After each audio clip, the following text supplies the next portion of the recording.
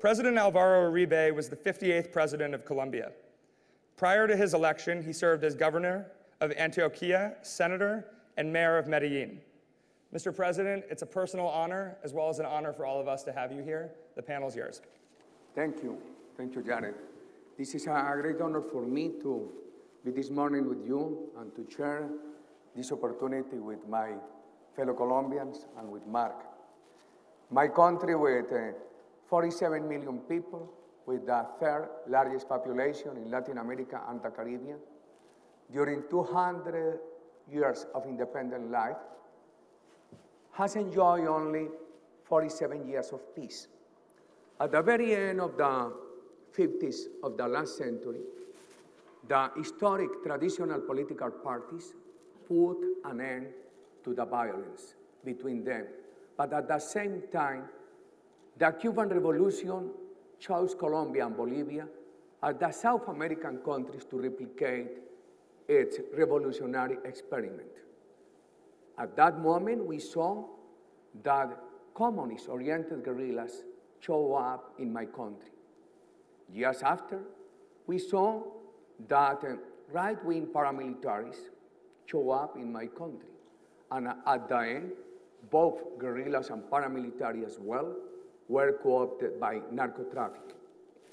Many governments made efforts to demobilize these violent groups. In the 90s, there was a demobilization of more than 6,000 people, but the number of new people in the violent groups was larger. At the beginning of my administration, Colombia had no less than 60,000 members in all the violent groups. My government proposed to restore confidence in Colombia upon three pillars: security with democratic values, with freedoms.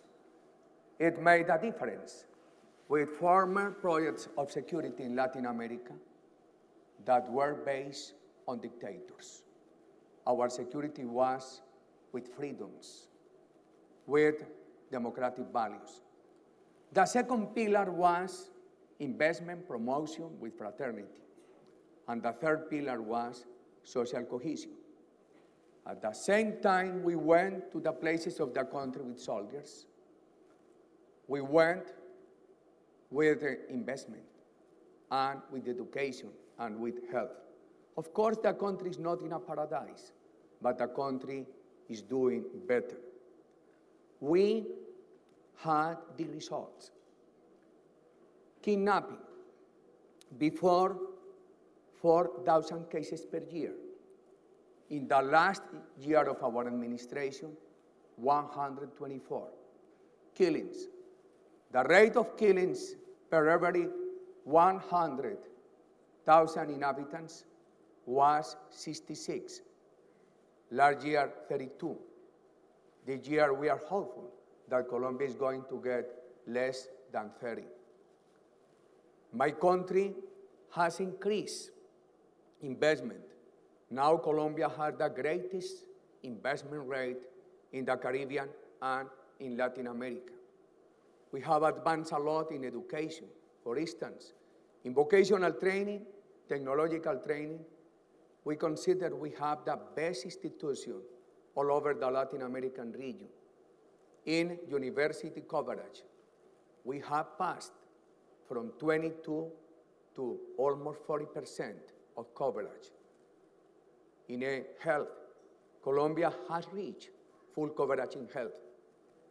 However, we have many problems to be solved. But so far, 47 million Colombians have access to health. During our administration, we had the opportunity to see the demobilization of 52,000 members of the violent groups.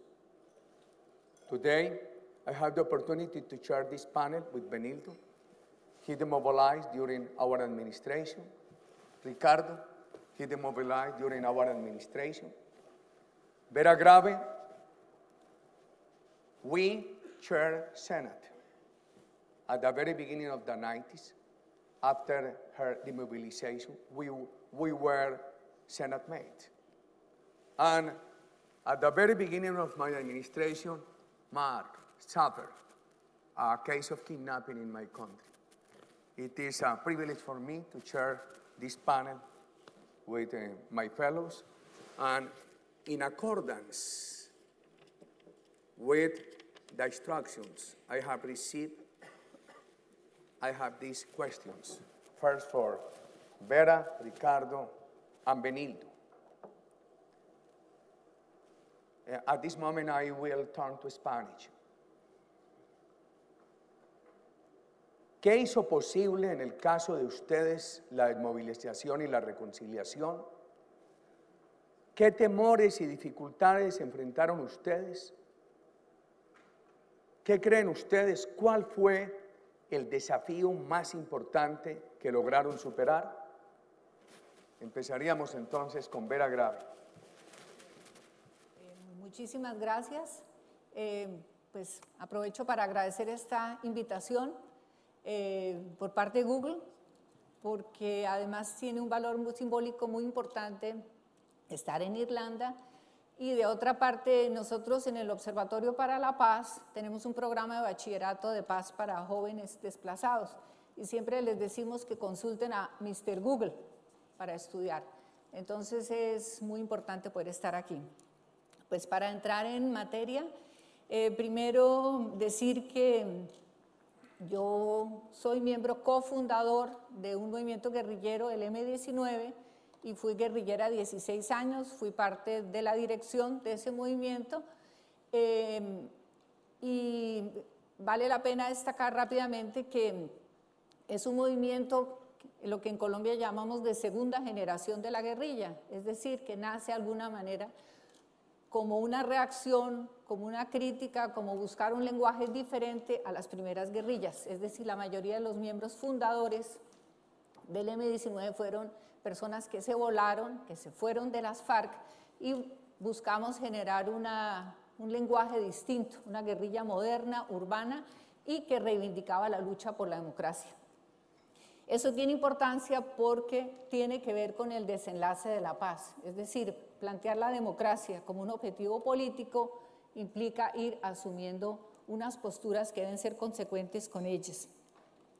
Entonces, quiero destacar respecto a lo que escuchamos ayer que mi vinculación a la guerrilla no fue por odio, sino por amor a las causas que inspiraron a muchos de nosotros, los jóvenes de los años 70 en América Latina, guiados por el ícono del Che Guevara y todo ese ambiente revolucionario, a empuñar las armas en un país que considerábamos era excluyente en lo político, con un sistema bipartidista y donde nos inscribimos en esa lucha. Eso de una parte. En cuanto al proceso de paz, el proceso de paz del M19 y otra serie de grupos guerrilleros ya es un proceso veterano, tiene ya 20 años de desmovilización, en el cual, como decía el presidente Uribe, más de 6.000, pues hay una discusión ahí en torno a las cifras, pero lo significativo es que fueron una serie de grupos armados que hicieron dejación de las armas. Es decir, eso marca la diferencia porque es todo un cambio de visión del tema de la paz. A partir de ahí yo hice un recorrido por la política, fui representante a la Cámara, fui senadora, alcancé a ser candidata a la vicepresidencia cuando ganó el presidente Uribe, pero he decidido los últimos años dedicarme a la paz en el sentido de la transformación cultural y hacer de ella una innovación en lo educativo para generar sobre todo un cambio de mentalidad, porque creo que la violencia está mucho en las mentes y ahí es donde hay que trabajar. El éxito de nuestro proceso y los desafíos y por qué fue posible tiene que ver, uno, con el cansancio de guerra que vivía el país a finales de los años 80, es decir, no era cierto que la gente se fuera masivamente a la guerrilla como esperábamos, sino al contrario, se empezaba a dar una reacción, un movimiento por la vida, un movimiento por la paz, es decir, muchas personas empezaban a cuestionar aquello de la lucha armada. De otra parte, la conciencia por parte del gobierno de entonces y del establecimiento, lo que podríamos llamar establecimiento, de que había que hacer una serie de reformas, una coyuntura mundial que era la caída del muro de Berlín, o lo que se venía, lo que no incide directamente, pero es el ambiente que existe. Y en el caso nuestro, habíamos llevado la guerra hasta sus límites, y la guerra tiene límites, y nos mostraba que no se podíamos profundizar en la acción armada, pero eso no nos iba a generar los cambios deseados. Y eso nos implicó también desmitificar el valor de las armas y replantearnos en ese sentido, de manera que hubo todo un cambio de paradigma en la manera de ver la paz. Es decir, el M-19 tuvo un primer momento de paz en el año 84, donde fue una paz planteada desde la guerra, que llevó a elevar la confrontación con una acción trágica que fue el Palacio de Justicia. Posteriormente, eso marcó un quiebre y obligó a replantear el tema de la paz, de manera que la paz que planteamos para el año 90 fue una paz pensada de otra manera, atrevernos a plantear la dejación de armas, que en el caso colombiano era una herejía. Las otras guerrillas veían eso como una traición, el mismo gobierno entonces lo veía con asombro, pero era necesario plantear la paz de otra manera, de manera que una actitud diferente, una manera de ver la paz diferente fue lo que permitió llegar a ese proceso, con el desafío de que no había muchas garantías, porque una serie de reformas que se iban a impulsar en el Congreso se cayeron al final durante las negociaciones, porque el gobierno estaba enfrentando la guerra contra el narcotráfico y el proceso de paz. Y obviamente no, sino realmente se cayeron las reformas en el Congreso que estaban planteadas porque no se aprobó la extradición, ¿cierto? La no extradición. De manera que nosotros nos vimos a finales del año 89 ante la disyuntiva: o volvemos a la guerra, seguimos en la guerra, o damos el salto a la paz. Y se planteó que había que dar el salto al vacío, apostarle a la paz, y ese fue el mayor reto, es decir, vamos a tomar la decisión libre de optar por la paz, independiente de los resultados de las negociaciones. Y eso fue tal vez el mayor desafío, pero también la mayor posibilidad.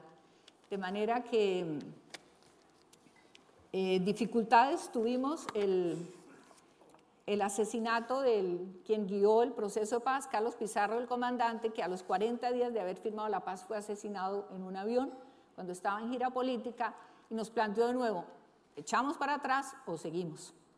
Yo creo que básicamente el gran desafío siempre fue apostarle a la política. O sea, es un proceso que sobre todo le apostó a la gente, a la política, a la participación, y que había una necesidad de paz en el país. Ricardo, cuéntenos qué hizo posible que usted se desmovilizara, cuáles fueron sus temores, el desafío más importante en ese proceso. Bueno, no sin antes dar un agradecimiento a Google Ideas por estar aquí en representación de la Fundación Líderes de Paz, que es una ONG conformada por excombatientes individuales y voluntarios de este proceso, y una gran oportunidad de estar a la izquierda del señor presidente. Las dificultades, las posibilidades las enmarca básicamente la política de gobierno, que a raíz de los desazones y rudezas de la guerra permite una política de desmovilización individual y voluntaria, gracias a que las FARC en su momento tenían el reconocimiento político.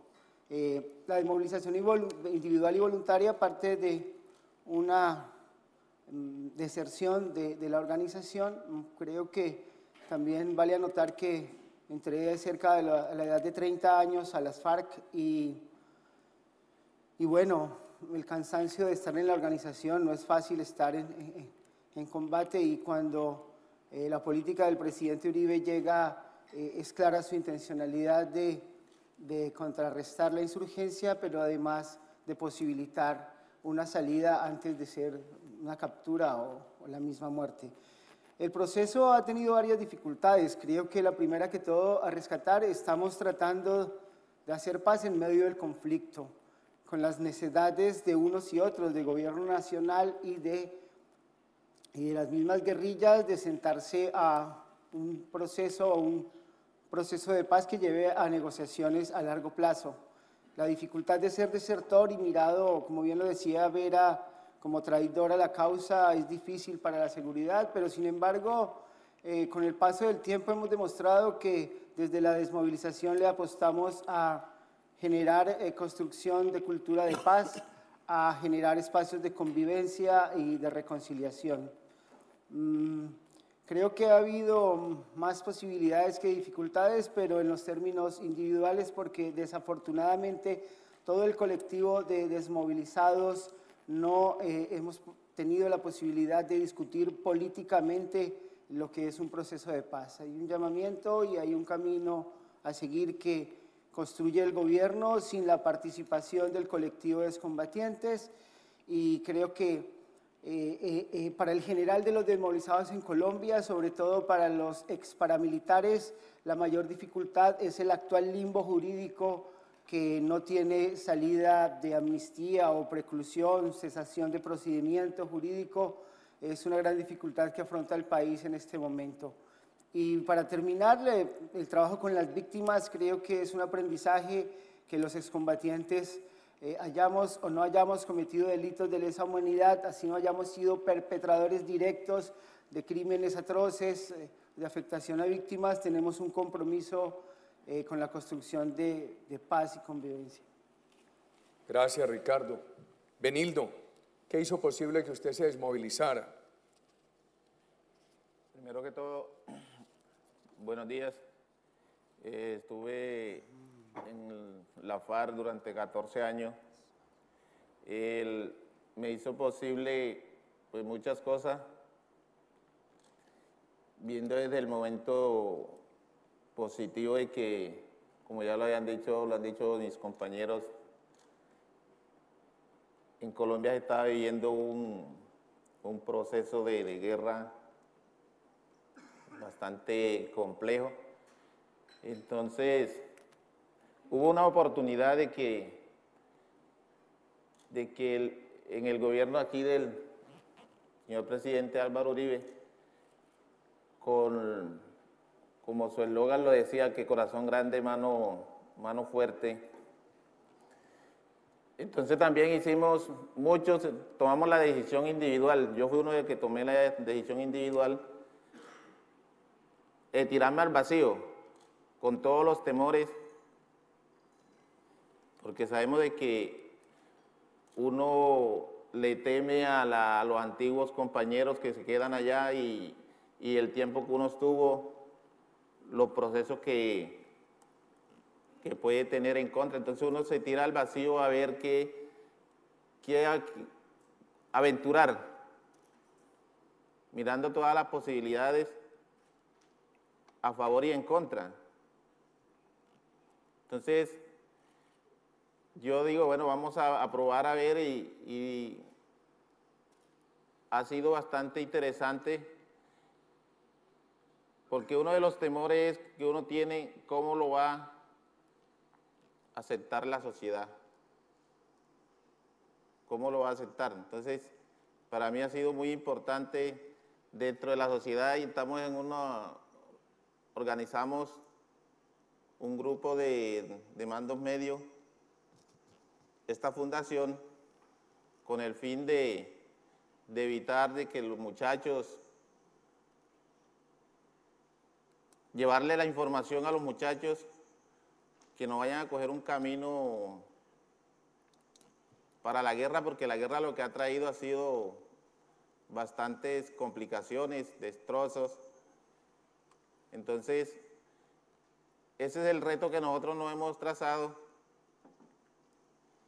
para evitar de que los muchachos vayan a coger una vía que no es la más aceptada. Vera, ¿cómo puede un grupo de extremismo violento cambiar hacia la reconciliación? Pues hablando de nuestra experiencia, lo paradójico el movimiento armado al que yo pertenecí es que políticamente podemos decir que no era extremista, sino era moderado. Sin embargo, obviamente era una expresión armada. Yo creo que En Colombia entendíamos por grupo extremista el marxismo-leninismo radical. El M-19 de usted no tenía esa orientación. no, el M-19 cuestiona todos esos esquemas del comunismo, el socialismo y se plantea como la lucha por la democracia, de manera que tiene una postura moderada en términos políticos, pero combinada con la paradoja de las armas, ¿cierto? ¿Cómo llegar cómo aportar? Es una decisión. Yo creo que las meras negociaciones de paz no son suficientes, porque en eso en Colombia tenemos una vasta experiencia de sentarse a la mesa, pararse a la mesa, volver, discutir. Lo que está en el fondo es tener la conciencia de que se quiere la paz, entendiendo que la paz es mejor que la guerra, que la paz es un camino para construir, y en esa medida, básicamente ese es el aporte que se puede hacer. Y obviamente, una vez dejadas las armas, porque en el caso nuestro hay que aclarar que hubo una dejación voluntaria, colectiva, es buscar la manera de seguir contribuyendo al cambio, porque nosotros no dejamos las armas para volver simplemente a una sociedad, sino para seguirla cambiando. Uno de los resultados fue la Asamblea Nacional Constituyente y una nueva constitución, de manera que la manera de aportar es seguir aportando a los mismos ideales de transformación, de paz, de democracia y seguir trabajando en la política, en la sociedad civil, en la educación, donde se pueda contribuir a desarticular las violencias que existen en un país. Y desde su punto de vista, Ricardo. Bien, si bien es claro, las FARC sí son una guerrilla con políticas, plataforma política muy al marxismo-leninismo. Creo que en la coyuntura actual ha tendido a revisar su plataforma política al respecto y por lo tanto, inclusive en la misma plataforma de la organización hablan de la palabra reconciliación, las plataformas de partidos políticos hablan de reconciliación y siempre vemos, claro, en la búsqueda de la toma del poder, cuando estábamos allá pensábamos en un país en paz, en una Colombia democrática, en escenarios de reconciliación. Pero desde la reintegración, posibilitar la reconciliación es un trabajo fuerte, es un esfuerzo grande.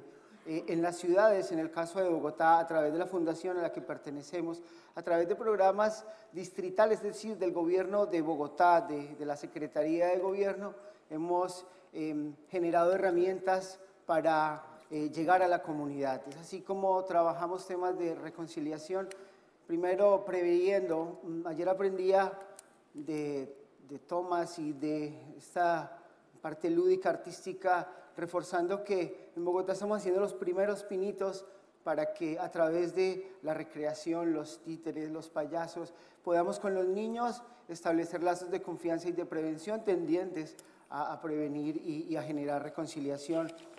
Con los jóvenes en los colegios procuramos a través de conversatorios testimoniales de historias de vida, sensibilizar a los jóvenes y prevenirlos también al ingreso al conflicto, pero a otras formas de violencia que en Colombia, en Bogotá, se vienen dando, como pandillas, barras bravas de fútbol, consumos de drogas que siempre llevan a la violencia y que afectan la reconciliación. Y un trabajo muy importante que está a prueba, sobre todo de los desmovilizados individuales, que a pesar que pareciera no tenemos responsabilidad en temas de reparación, estamos trabajando en reconocimiento de la ley de víctimas que ha sido aprobada hace pocos días por el gobierno de Santos y tratando de llevarla a la práctica desde las experiencias de la reintegración. La reconciliación es posible, la reconciliación se va construyendo a lo largo de un proceso mientras tenga participación de diferentes sectores de la comunidad. Benildo, ¿cuál cree usted que puede ser el gran aporte a la reconciliación? Pues nosotros estamos trabajando, como estuve contando ahí por encimita, el aporte que estamos dando nosotros es, como les dije, lo que organizamos la fundación o la ONG con nuestros testimonios, nos estamos desplazando por todo el territorio nacional, en las zonas de más conflicto, llevándole a los muchachos el mensaje, el testimonio vivido de la dureza de la guerra. Entonces eso nos permite a que nosotros tengamos, como decimos, nosotros tenemos un compromiso con una sociedad de llevarle nuestro mensaje, nuestro testimonio con unos videos que presentamos también. Entonces eso contribuye a la reconciliación, porque nosotros nos estamos untando de esa juventud. La juventud está escuchando, nos está viendo a nosotros que no somos el monstruo de la guerra, porque de pronto se tiene esa imagen de que los que tuvimos en los grupos guerrilleros somos el monstruo. Entonces, estamos llegando a la población haciendo ese trabajo de reconciliación con la población, preparando a los muchachos, los estudiantes, para que se queden acá y que no sea necesidad de empuñar un arma. No sea necesidad de empuñar un arma para nosotros reclamar lo que nos pertenece, nuestros intereses. Nosotros contamos el caso ponemos como por ejemplo, el caso aquí de la compañera Vera del M-19, grupos que llegaron a un acuerdo con el gobierno. Tocamos lo del caso de los partidos tradicionales, que el Polo Democrático ha ocupado 2 veces el segundo puesto de la importante del país, que es la capital, la alcaldía de Bogotá, sin necesidad de quemar un tiro. Entonces eso nos hace o nos pone a que los muchachos vean de que es importante tomar las decisiones acá, en la vía democrática, sin empuñar un arma.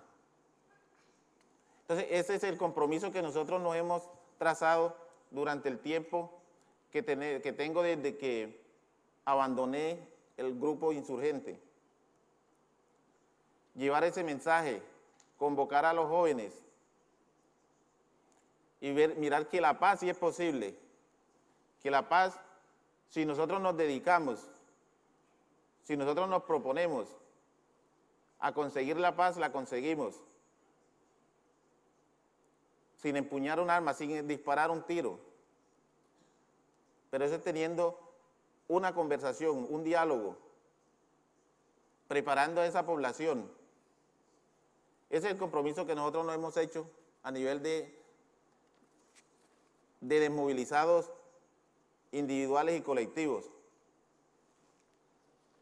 During the first year of my administration, I received the bad news of the kidnapping of Mark and other people in the north of the country. Mark, let us know your perceptions. How are your relationship with your kidnappers? How do you perceive what happens to the people when they are caught in the middle of the fire? First of all, I'd like to point out that it was none of the groups that are represented here that actually took me. It was another group, the ELN.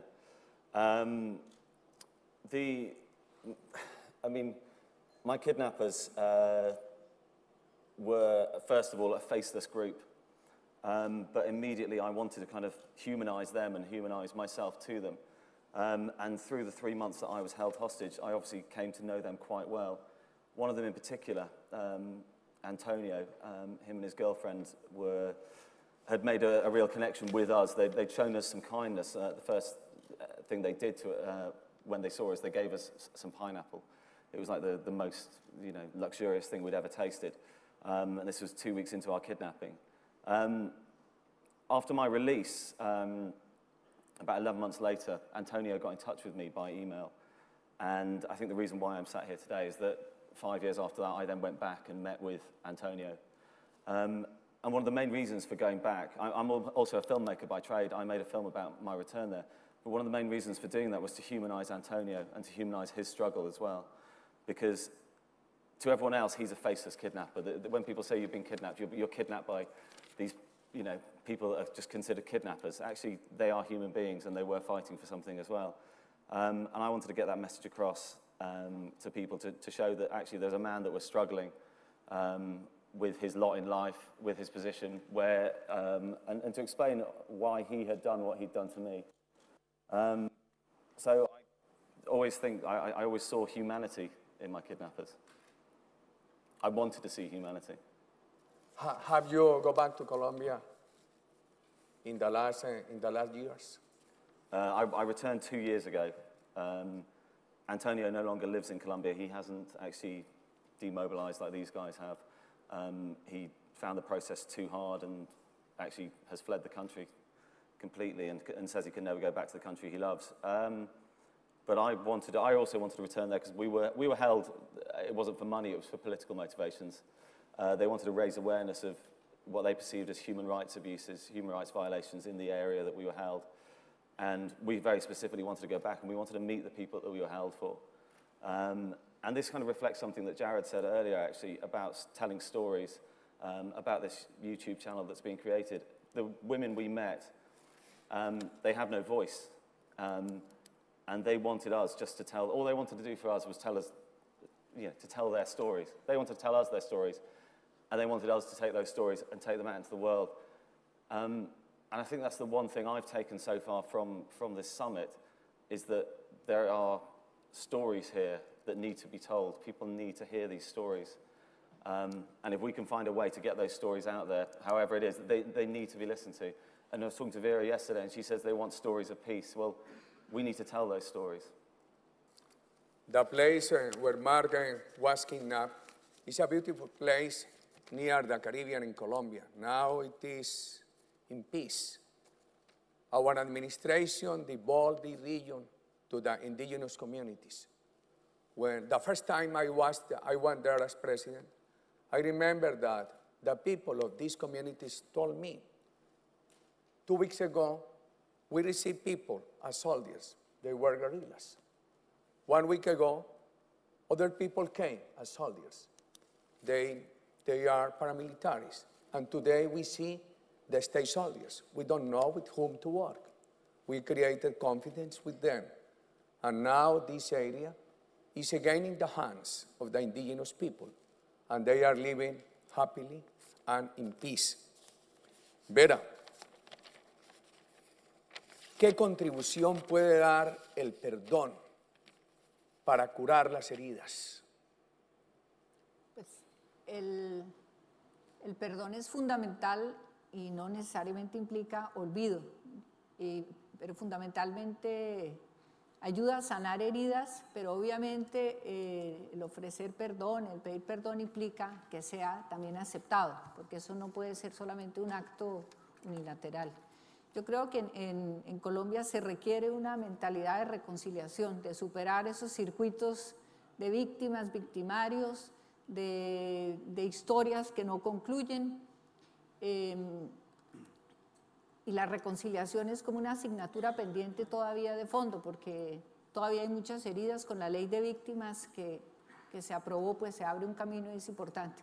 Y sobre todo se requiere pues que es lo que tratamos de hacer desde el Observatorio para la Paz, unos proyectos educativos que siembren una cultura de paz en la educación, en los bachilleratos, en la familia, en la alfabetización, en todo el conjunto de lo que puede significar un cambio de mentalidad, porque solamente si nos educamos para la paz, si somos capaces de mirarnos de otra manera y no desde la violencia, si dejamos de pensar que somos un país violento por naturaleza y de verdad asumimos que también tenemos una historia de paz, que tenemos historias de reconciliación, yo creo que es posible el perdón, pero se requiere una gran pedagogía, y no solamente de quienes estuvieron en las armas o de parte de los actores del Estado, sino también de una sociedad, porque los fenómenos violentos o los fenómenos guerrilleros y todos los este tipo de acciones están inscritos en una cultura y en una historia, de manera que hay que afrontarlo como eso. No basta como decisiones unilaterales, eso requiere, ¿verdad?, el concurso de la sociedad, de los medios de comunicación, que a veces no cumplen un papel muy positivo, sino siguen exacerbando las confrontaciones, de manera que obviamente el perdón es el gran elemento de la reconciliación, pero requiere ser rodeado de un ambiente político, de un ambiente cultural y de todo un proceso pedagógico. As 50% of the Colombian families, my family has suffered a lot. My father was killed in an attempt of kidnapping. I cannot forget. I will live with sadness for the rest of my life. But when I listen to Vera, I have to say to myself, I cannot hate. This is the only way. Ricardo, ¿cuál es su idea de la contribución del perdón a la curación de los odios del país? Es bien, pero bien difícil, pero ha sido posible. Desde la Fundación Líderes de Paz hemos copiado una metodología que se llaman escuelas de perdón y reconciliación, y que da cuenta de cómo a través de la transformación primero personal, del manejo de emociones, de generar una mejor relación al interior de familias, de núcleos de trabajo, podemos superar escenarios de venganza, de retaliación, de no perdón. Tratamos de intervenir a la persona como ser humano para que él luego sea multiplicador en su entorno de ejercicios de perdón personal ante diferencias personales, pero sobre todo de perdón societario. En el país creemos que una vez superados y solucionados los problemas que van hacia la reparación, estaríamos pensando en generar unos mecanismos de perdón societario. Con las víctimas propias del conflicto es la situación más difícil, pero ya hay mecanismos de encuentro y de comprensión, tendientes a que primero se genere perdón para luego establecer mecanismos de la reparación. Benildo, cuéntenos, supongo que usted me ha considerado a mí un adversario radical, pero usted se desmovilizó en mi gobierno y yo procuré darle oportunidades para que usted se desmovilizara. ¿Cómo considera usted eso? Yo lo considero como una oportunidad. Yo digo que lo del perdón, como estaba diciendo, tiene que ser, uno primero tiene que perdonarse a sí mismo. Si uno analiza eso, entonces uno es capaz de perdonar. Pero el perdón, como decía Mera, tiene que ser de ambas partes. Entonces, ¿cómo lo considero? Pues yo creo que es un logro muy importante, porque siempre uno está con el temor, uno está con un temor por los acontecimientos que han sucedido, entonces, pero para mí es muy importante desde el momento que me desmovilicé y me entregué en su gobierno. I want to confess to all of you that during my administration, with my personal determination, we were very strict in the government to exercise security, but with freedoms. And at the same time, we open ways with generosity for people in the violent groups to make the decision to demobilize. I want to close with this reflection for all of you. In my country, in Central American countries, in Mexico, and in some countries in the Caribbean, one problem we see is that youngsters are being recruited by organized crime. How do we solve this problem? I have one idea, and I want to contribute with this idea to this brainstorm. We need to provide all of them with education, but at the same time to make them be ready, once they graduated from high school, to get in the university or to undertake new enterprises. Therefore, every high school graduate should be educated with classical education and with technological education. And governments should make a great effort to provide them with loans and at the same time with venture capital funds. We need to reach the base of the pyramid for them not to be recruited by organized crime. This is a big challenge we have all over the Latin American region, in Mexico, in Central American countries, in Jamaica, and in countries such as Colombia, our country. The time is over. Jared, thank you.